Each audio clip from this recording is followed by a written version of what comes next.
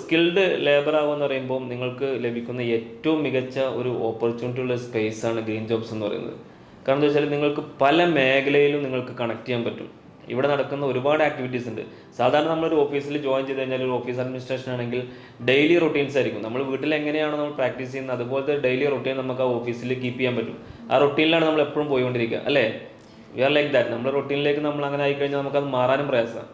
പക്ഷേ ഇവിടെ അങ്ങനെയല്ല, ഓരോ ദിവസവും ഡിഫറെൻറ്റ് അറ്റ്മോസ്ഫിയർ ആയിരിക്കും.